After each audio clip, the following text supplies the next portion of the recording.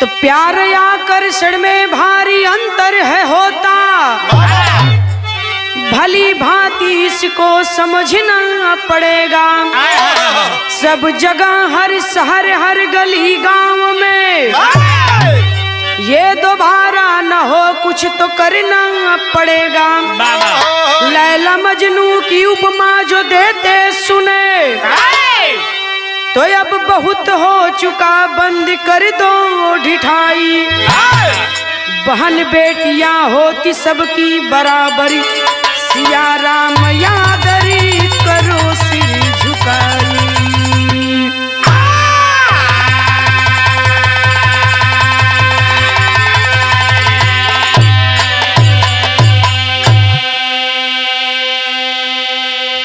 साथियों, हम गायिका नीतू राज अपने साथियों की आवाज में ये कांड समस्तीपुर बिहार का ये कांड है, गौर करेंगे। प्यार आज के नौजवानन खातिर प्यार आम बात हो गई है। आजकल के नौजवान बुरा नहीं मानेंगे, सच है और सच कड़वा होता है।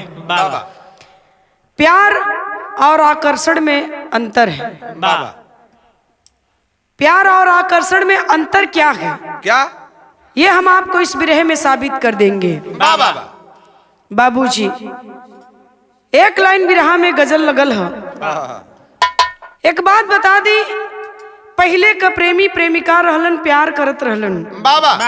प्यार लैला मजनू कैलन, प्यार हीर रांझा कैलन, प्यार सोनी महिवाल कैलन, प्यार कैलन ये लोग। लेकिन आजकल का लड़का लड़की कुछ फेसबुकिया प्यार करे वाले भी होंगे। एक ठे फोटो ना देखल कि हाली हाली कमेंट करे शुरू कर दी हैं। वो ना जानत हुआ कि हम कमेंट करत ही हम ही ना ही बहुत लोग देखत हुआ। तो ऐसे लोगों से सावधान। कौन गजल है मास्टर? आवा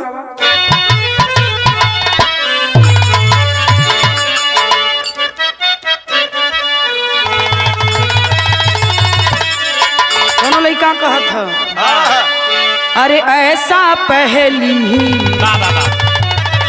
अरे ऐसा पहली बार हुआ है, ऐसा पहली बार हुआ है, ऐसा पहली बार हुआ है, ऐसा पहली बार हुआ है, ऐसा पहली बार हुआ है, ऐसा पहली बार हुआ है। हमको किसी से प्यार हुआ है, हमको किसी से प्यार हुआ है, हमको किसी से प्यार, हमको किसी से प्यार हुआ है। लेकिन दू लाइन भाव कभी जी हमरे लगले लिख दहलन। का लिखल गई? अरे एक नहीं सौ, अरे एक नहीं सौ बार है होता, एक नहीं सौ बार है होता, एक नहीं सौ बार है होता, एक नहीं सौ बार है होता, एक नहीं सौ बार होता, एक नहीं सौ बार होता। आए दिन संग हार होता, आए दिन संग हार होता, आए दिन संग हार होता। एक नहीं 100 बार है होता, आए दिन संहार है होता। प्यार में याद कैला, प्यार में अभी एक घटना घटल रहल बिहार के अररिया जिला में। फिर घटना घट गई। कहानी शुरू है मास्टर।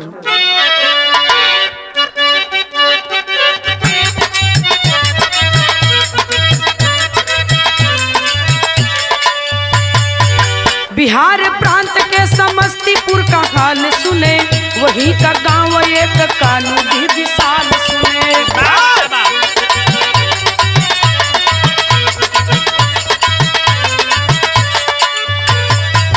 वही के माधव जी की बेटी एक सयानी है, कोई जो प्यार में पंकज की जो दीवानी है।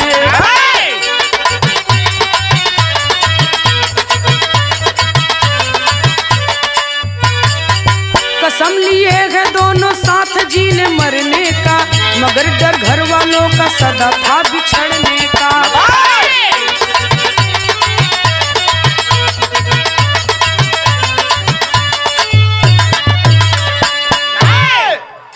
प्रांत बिहार के समस्तीपुर जिला की कहानी है। बाबा कानूडीह गांव का नाम माधव, जो कि पिता के रूप में जिनका नाम माधव बताया गया कहानी में। बाबा माधव की बेटी जिसका नाम सोनी बताया गया बाबूजी, एक पंकज नाम के लड़के से इस लड़की को मोहब्बत हो जाती है। उम्र अभी कोनो ज्यादा ना है, और ये उम्र में 16-17 साल की उम्र में जो उन्हें लड़की लड़कन की अगर प्यार हो जाए तो दिमाग दिल दोनों तो उतना है नहीं, लेकिन दिल किसी को देख करके अगर वो अच्छा लग गया तो उससे उनको लगता है कि मोहब्बत हो गई है। लेकिन ये मोहब्बत नहीं गई, ये आकर्षण कहा जाता है। बाबा इस उम्र में जिस भी लड़की को, इसको मेरी चेतावनी नहीं समझेंगे, ये उन लड़कियों के लिए है, उन लड़कों के लिए है जिन्हें 16-17 साल की उम्र में किसी लड़की से प्यार हो जाता है, उन्हें लगता है कि मुझे प्यार हो गया। बाबा लेकिन इसे हम आप प्यार नहीं कह सकते, इसे समाज के लोग प्यार नहीं कहेंगे, इसे प्यार का दर्जा दिया ही नहीं जा सकता। इसे अगर कुछ कहा जाएगा तो आकर्षण कहा जाएगा। तो वही आकर्षण वाला प्रेम सोनी को हो गया पंकज से। दोनों साथ जीने मरने की कसम ले लेते हैं, लेकिन डर हमेशा घरे वालन के पता चल जाई तो दिक्कत हो जाई। ये डर सबके रहला, उन्हन के भी बा। बिरहा में क्लाइन तर्ज लगल मास्टर।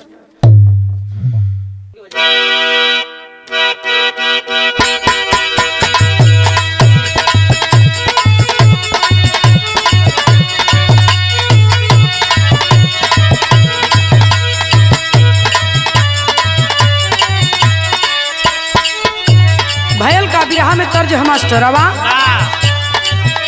कोनो लइका कहत ह क्या कहे, ये कहत ह, अरे सब होके हुनर में अगर आरू चाहिए सुनर,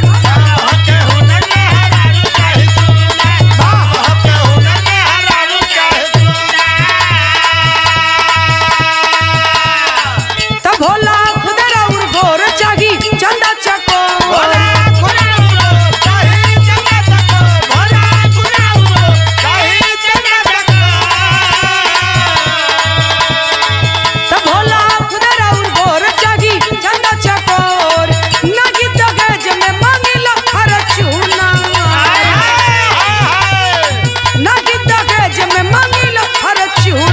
सब होके हुनर में हरारू चाहिए सुनर,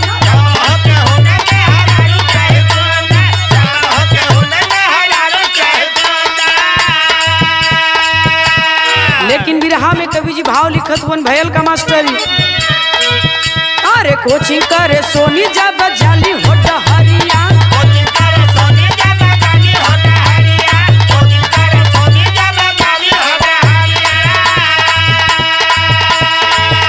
अरे पंकज कुमार का जब पड़ली नजरिया, के हो पड़ली नजरिया,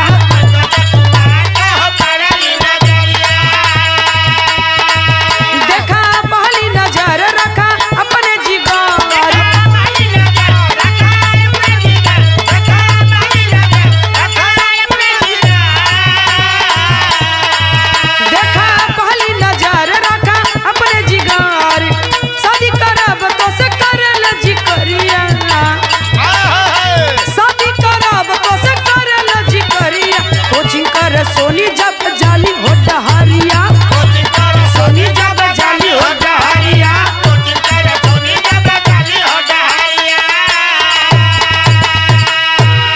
कोचिंग कर सोनी जात बा, पंकज का नजर सोनी पर पड़ गई है।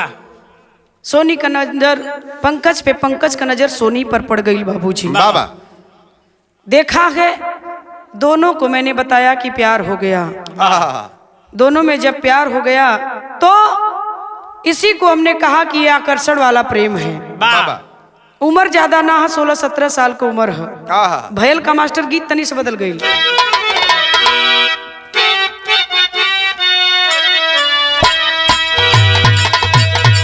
₹2 हो, ₹2, ₹2 हो,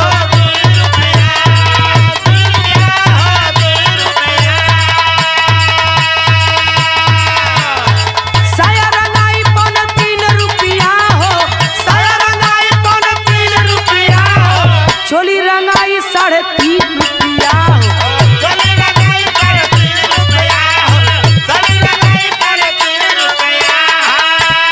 लेकिन बिरहा में भाव है, प्यार कैली हो, प्यार कैली,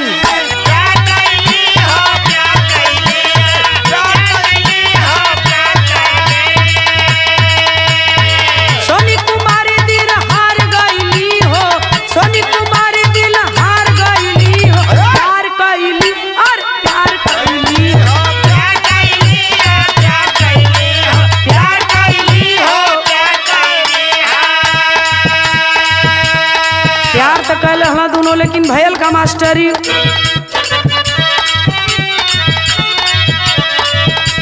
मिल जुल के दोनों रोज कर बातचीत हो।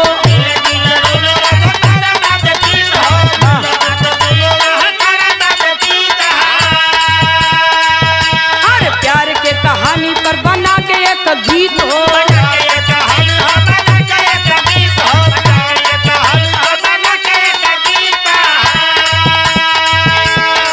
दिहली गवाया ये जहार कैली हो, दिहली गवाया ये जहार कैली हो, प्यार कैली और प्यार कैली हो, प्यार कैली हो, प्यार कैली हो, प्यार कैली हो, प्यार कैली हो। सोनी 4-6 लाइन का गाना लिखली प्यार पर, राइटर भी बन गई नहीं। प्यार कैली तो प्यार कहबे गई, राइटर भी बन गई ओकरे प्यार में।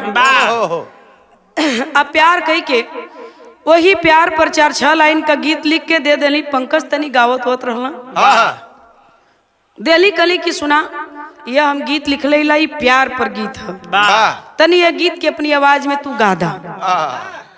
पंकज भाई उनकरे प्यार में पागल रहला, बिना कुछ सोचले समझले उनकरे लिखल गीत के स्वीकार करला गावे बदे। तब भयल का हम पुजारी के बात ना करत हिला, बुलेट पर जीजा गीत लगल मास्टर।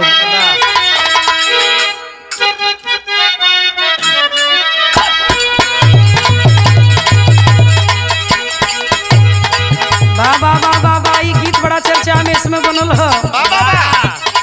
एक गीत के गौले ही बड़ा इसमें चर्चा का विषय बनल है। ये हमारा सौभाग्य है। दोनों जीजा चलला सड़वाइन से भेंट करा रामकृत, जीजा तनी हट्टा कट्टा मुसर छंड नियर रहला समूया, सड़वाइन तनी हमरे मतिन रहे दुब्बर हो तो के काम मोट समझ में आओ थी। कहले ह जीजा आई गईला कलन की हाँ सड़वाइन आते गई, बड़ा मन करत रहो तो के देखे के भेंट करे के आ गईली। कल ठीक आइला तो ठीक कैला, लेकिन बुलेट लेके अइला यह गड़बड़ कैला है। तो और बुलेट ऐसा रही कि कबो बैठेबो करबाए पर।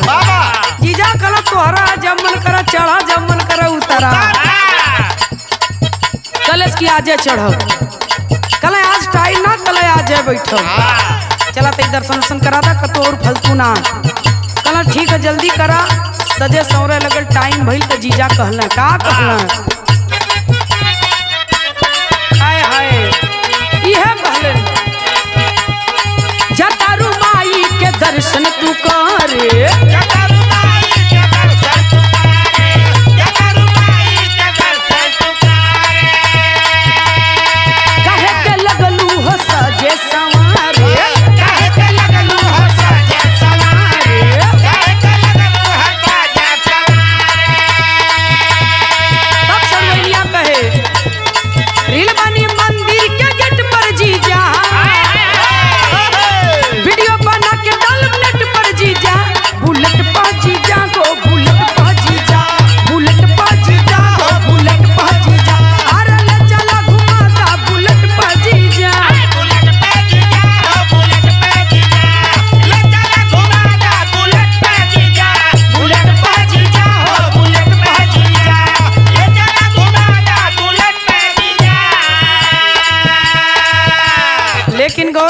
बाबूजी गाना तो गा दिया, सोनी का लिखा हुआ हुआ पंकज।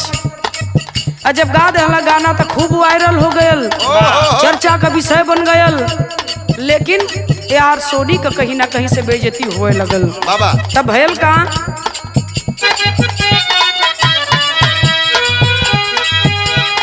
भयल से यार जब बहजल बगाना,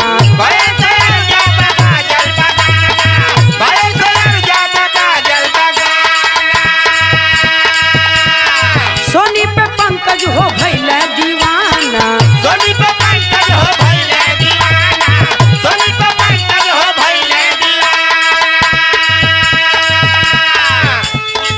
मचल का जब हाल चल के सुना, मचल का जब हाल चलबा सुना, मचल का जब हाल चलबा सुना, बेकलबा सुना हो बेकलबा सुना। अरे सोनी का परिवार बा बेकल हो सुना, बेकलबा सुना हो बेकलबा सुना, सोनी का परिवार बा बेकलबा सुना, बेकलबा सुना हो बेकलबा सुना, सोनी का परिवार बा बेकलबा सुना। गौर करेंगे बाबूजी, चारों तरफ थू थू मच गई माधव के कि इनकर बिटिया सोनी और पंकज का चक्कर चलत हो। गाना गा देना पंकज वायरल हो गल, खूब ज्यादा से ज्यादा शेयर हो गयल, पब्लिसिटी मिले लगल और पंकज सोनी पर मोहित हो गईलन और पंकज बेकल हो गईला। परिवार का थू थू होए लगल सोनी के, और सोनी के परिवार वाले कहीं ना कहीं से अपने आप के शर्मिंदगी महसूस करे लगलन। जब शर्मिंदगी महसूस करे लगलन, एक दिन का बात टेरी में कवि जी भाव लिखत हुवन का बाजहली चारों ओरी गीतिया, बाजहली चारों ओरी गीतिया, सोचा सोनी के घर वाले गई जतिया, अरे जतिया, अरे जतिया, बाजहली चारों ओरी गीतिया, सोचे सोनी के घर वाले गई इज्जतिया हो, बाजैली चारों ओरी गीतिया। चारों तरफ गीत बजने लगा, सोनी का लिखा हुआ पंकज का गाया हुआ। घर वाले सोचत हुआ इज्जत नीलाम हो गई, इज्जत हमन का सरेआम बाजार में नीलाम हो गई। कुछ बचल ना है अभी लड़की, कुछ छोड़ ले ना कहीं कह मन के। सोठी में भाव हम मास्टर का भयल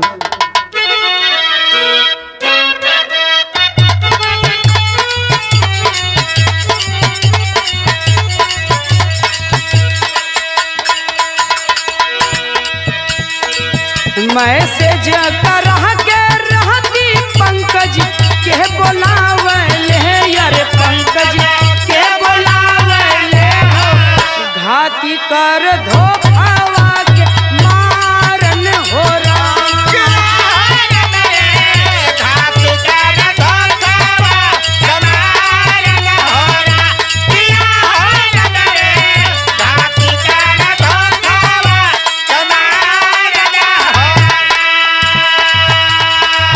पंकज कुमार अपने प्यार के खातिर चलल, प्यार के खातिर चलल, घटना घटला पारी यारन हो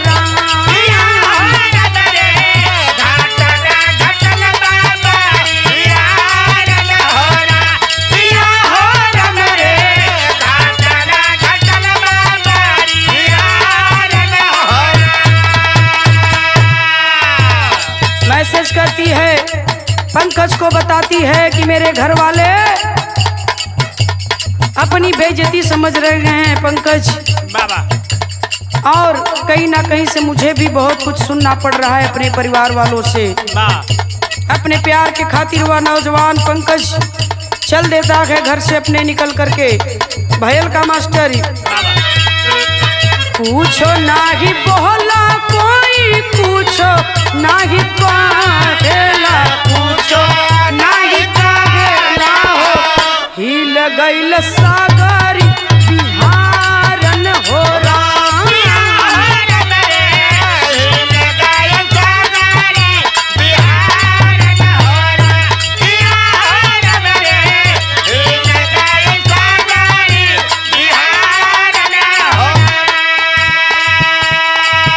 प्रेमिका की बात को सुन करके पंकज चल देता है कि चल करके मैं सोनी के घर वालों को समझा बुझा दूंगा बाबा कि कुछ भी बात ऐसी नहीं है, मैं समझा बुझा दूंगा कि ऐसी कोई बात नहीं, आप लोग गलतफहमी में मत पड़िए। बाबा अगर ऐसा ही है तो मैं सोनी से प्यार करता हूँ, मैं उससे शादी कर लूंगा। आप लोगों को शर्मिंदगी महसूस करने की कोई जरूरत नहीं है, शर्मिंदा होने की कोई आवश्यकता नहीं है। बाबा मत शर्मिंदा होइए। अगर ऐसी बात है तो मैं सोनी से प्रेम करता हूँ और शादी कर लूंगा, आप लोगों का आशीर्वाद चाहिए। आई हो बाबू। इतना गुण कहा जब सोनी के परिवार वालों के सामने पंकज, तो रात हुई। रात को क्या हुआ किसी को कुछ नहीं पता बाबा, लेकिन सुबह क्या होता है मास्टर साहब? हवा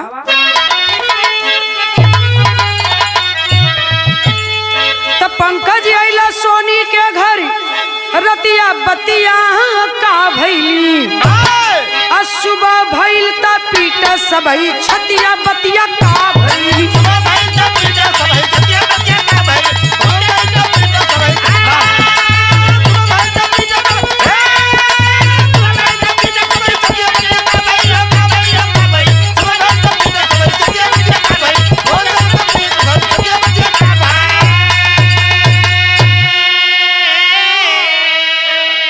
अरे पंकज के सौ फंदा से बिजली खंभा पे लटका हो, अचरज में सबकी घर वाले लगल गांव के झटका हो, मार के आत्महत्या बतलावे, अरे घतिया बतिया का भैली, सोनी रोवे पीट पीट के छतिया बतिया का भैली। रात तो बीत गई, इधर ये फोन करके सारी बात को कह देती है। जब वो आता है सबके सामने अपने प्यार का इजहार करके सोनी को स्वीकार करने की बात कर देता है घर वालों के सामने। बात यहीं खत्म नहीं हुई, लेकिन रात में क्या हुआ इसका किसी को कुछ भी नहीं पता बाबूजी। बाबा, लेकिन जब सुबह हुआ तो देखा क्या गया कि बिजली के खंभे पर पंकज की लाश लटकी हुई है। मालूम पड़ रहा है किसी ने फांसी का फंदा उसके गले में डालकर लटका दिया हो। और लगा गांव वालों को झटका कि ये कैसे हो गया, क्या हुआ, किसी को कुछ पता नहीं है। बाबा, कोई आत्महत्या बता रहा है तो कोई कह रहा है कि किसी ने मार कर लटका दिया, कोई कह रहा है उसी में फांसी दे दिया गया। किसी को कुछ पता नहीं है। सोनी पीट पीट कर छाती रो रही है अपने प्रेमी की लाश को देख करके। आल्हा में प्रमाण मिला मास्टर साहब। अरे सब ही आवाज, अरे सब ही आवाज कोई के आवना चयनवा भैया,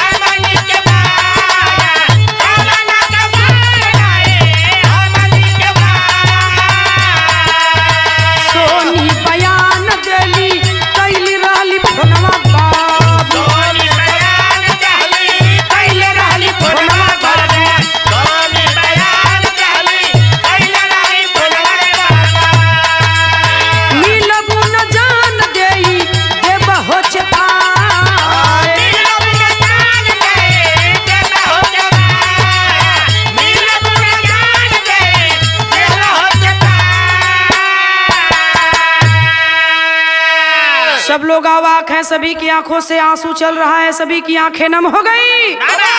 पुलिस आई है घटना स्थल पर। चिल्ला चिल्ला करके पंकज का बाप, सोनी के बाप को, उसकी माँ को हत्यारा कहते हैं। किन्होंने मार करके मेरे बेटे को उस खम्भे से लटका दिया। सोनी का बाप कहता है कि हमने नहीं मारा है, इसने आत्महत्या कर लिया है। सोनी कहती है कि मैंने फोन करके उसे बुलाया तो जरूर था, लेकिन मेरे बाप इसमें शामिल है ये मैं नहीं जानती। इसका खुलासा नहीं हो पाया। और बार बार सोनी के माँ बाप चिल्ला चिल्ला कर कहते हैं कि हमने उसको नहीं मारा, हमने उसको नहीं मारा। फोन करके बुलाई थी जरूर मेरी बेटी, लेकिन इसमें हम लोगों का कोई हाथ नहीं है। ये तो उनका बयान रहा। लेकिन पंकज कहता है कि अगर तुम सोनी मुझे नहीं मिलोगी तो मैं आत्महत्या कर लूंगा, मर जाऊंगा, जीऊंगा नहीं तुम्हारे बिना। कहाँ सच्चाई है, कितनी सच्चाई है, किसने मारा कि उसने आत्महत्या किया, इसका खुलासा तो हो नहीं पाया। लेकिन एक बात कवि जी लिखते हैं मास्टर साहब, और ये बात क्या है जरा गौर करेंगे।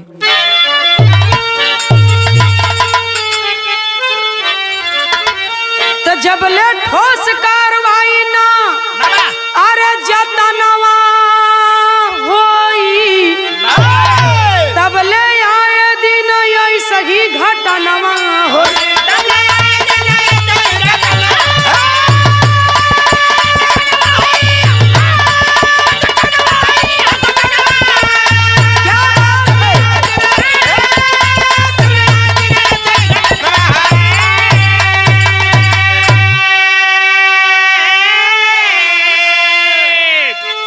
छोटू पंकज जैसन रोज मरई है हजार हो, अब पता नहीं कितना उजरी है परिवार हो। तब बैठी भाई के लाश परी बिरनवा रोई, तब ले आए दिन ऐसा ही घटनवा हो।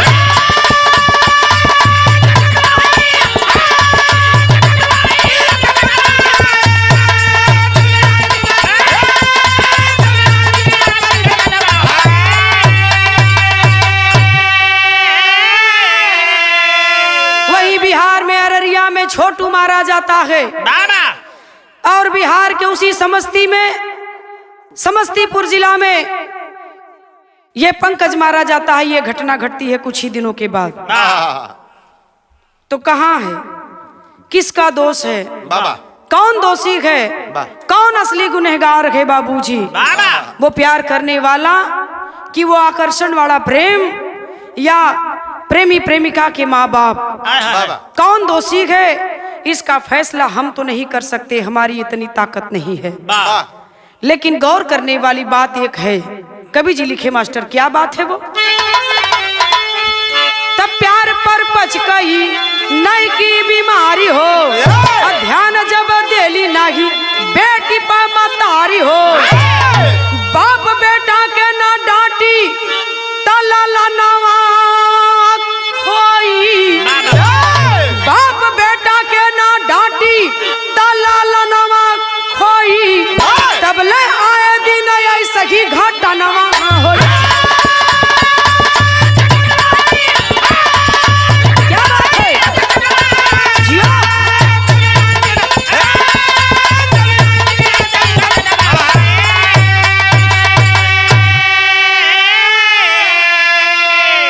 कहले का मतलब हमरे यह है, गीत के गौले का मतलब यह है, बाप अपने बेटे पर ध्यान दे, और माता का यह फर्ज होता है कि वह माँ, जिस माँ ने अपनी बेटी को जन्म दिया है, तो माँ का भी फर्ज बनता है कि अपनी बेटी पर ध्यान दे। बेटी कहाँ जा रही है, क्या कर रही है, किससे बात कर रही है, कहाँ किससे मिलने जा रही है।